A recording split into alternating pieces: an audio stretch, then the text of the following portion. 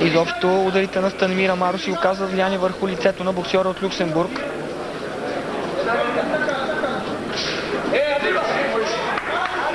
Добре се дърпа назад Дявола. Вече ви казах, това е прякора на Станимир в Испания. Има отлична физика за боксер. Страхотно срещане с дясно круше и десен прав. Поредна серия от мощни удари. Опита десен апъркът Станимир, но срещна удара ръкавиците на неговия съперник. Удари в цялото, тръгва на Шименто. Сега и ляв прав. Ето вече дори си играе Станимир Амаро със своя съперник, свали гарда. Разбира се, на време се сети да го вдигне. Не трябва да подценява своя опонент, дори когато той е изтощен. Последни 20 на секунди на седмата част.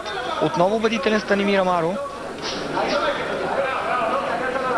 Изобщо няма нужда да бърза, нито пък да търси победа с нокаут.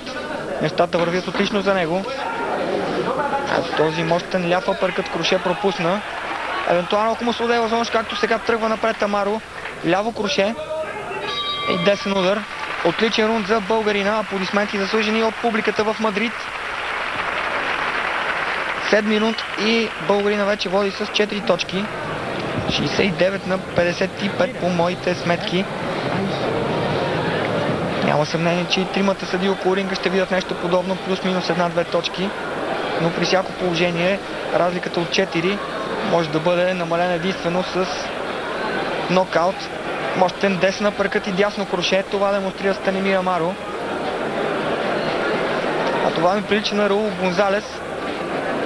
Точно така. Звездата на Реал Мадрид, капитана на белия балет, е сред зрителите и той наблюдава българския боксер Станимир Амаро. Ето, Раул е един от феновете на бокса. Със сигурност ще се запознае, може би след мач с Станимир, и най-малкото Станимир ще се запознае с него, ако не се познават, тъй като вече ви казах, от 3 години и половина живее българина там.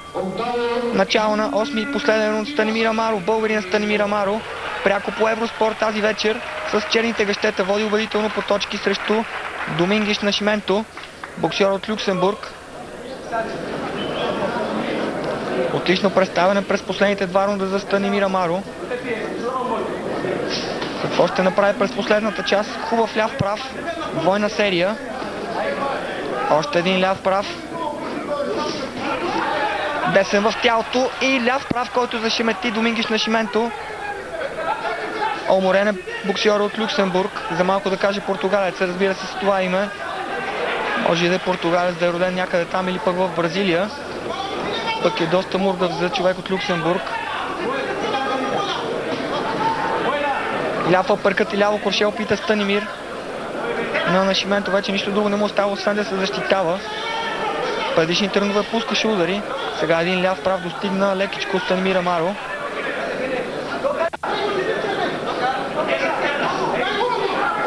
Ляв прав в брадичката на Станимир. Добре се защитава българина, всичките удари отидаха в ръкавиците. Сега обаче лявото круше попадна в брадичката на българина.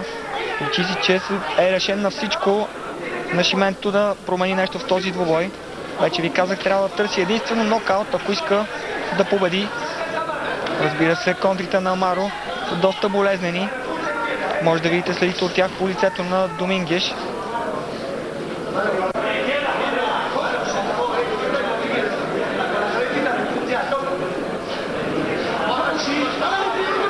Много спокойно играе Станимир. Знае, че печели този матч и не рискува излишно. Тактически е съзрял със сигурност и опитният треньор Хосе Валенсиано му е дал точния съвет. Ляво круше. Домингеш Нашименто пропуска.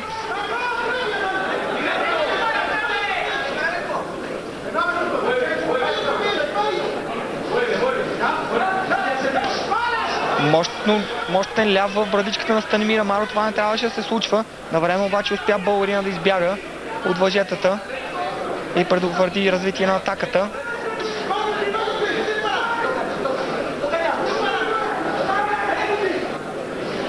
Рунд за Нашименто поне до този момент. Хубав ляв прав на Станимир. заключителни 10 на секунди. Рефера ги разтървава двамата боксьори. Публиката няма как сега ще започне да ръкопляска. Пропусна лявото круше, сега дясното също. Нашименто завърши този матч с един ляв прав, който получи във вратичката. Станимир Амаро е доволен от развоя на матча. Той е победител, но нека да изчакаме, разбира се, официалните резултати. 13-та победа в неговата кариера. Прегръщат се двамата. Бих искал аз лично да видя лицето на Нашименто. Боби Бояджиев и той с черната фанелка е там във ъгъла на Станимир. Файерплей поздравява българина, треньорите на неговия съперник.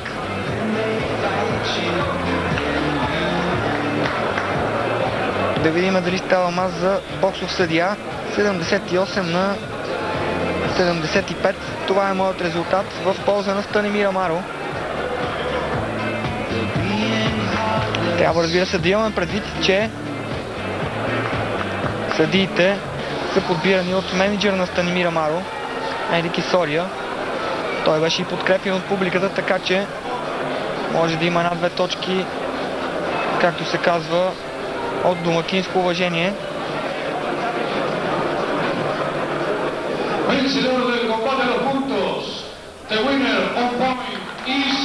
Победител по точки Станимир Амаро. Не казаха точния резултат, но това няма голямо значение. Важното е, че българин печели по Евроспорт. Матч, който гледаме на живо. 13-та победа в неговата кариера. Знамето не сте сами, сега ще бъде развито и развято.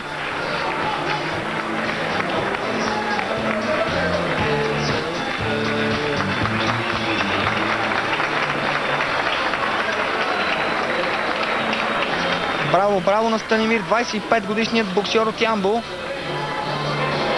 Направи това, което много български политици не успяха.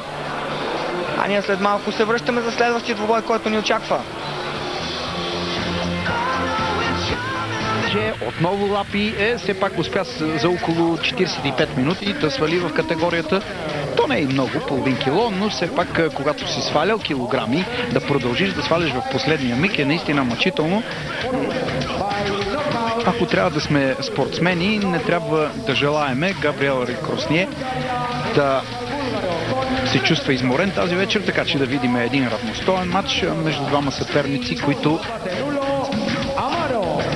ще си разменят удари през цялото време. 6 рунда по 3 минути ще бъде матча.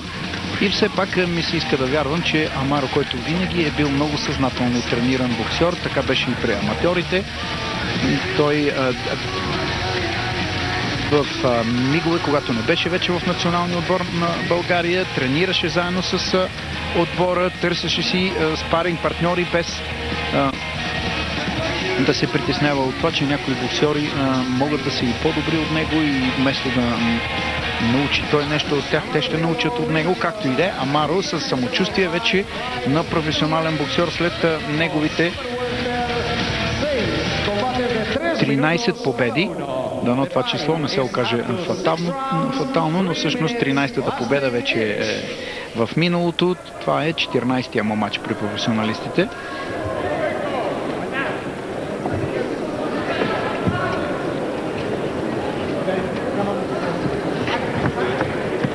Интересното е, че Ел Диабло направи първия си матч като професионалист 2003 година, декември месец в Барселона в Испания. Нито един матч до сега Амаро не се е боксирал в България. Надявам се и това скоро да стане. Ще бъде хубаво, ако нашата професионална лига, която има амбиции да стане водеща в професионалния бокс, не само в България, но и на Балканския полуостров, да има този боксер предвид. Все пак това ще бъде един шанс за него. Иначе много техничен Амаро, както всъщност е цялата ямболска школа.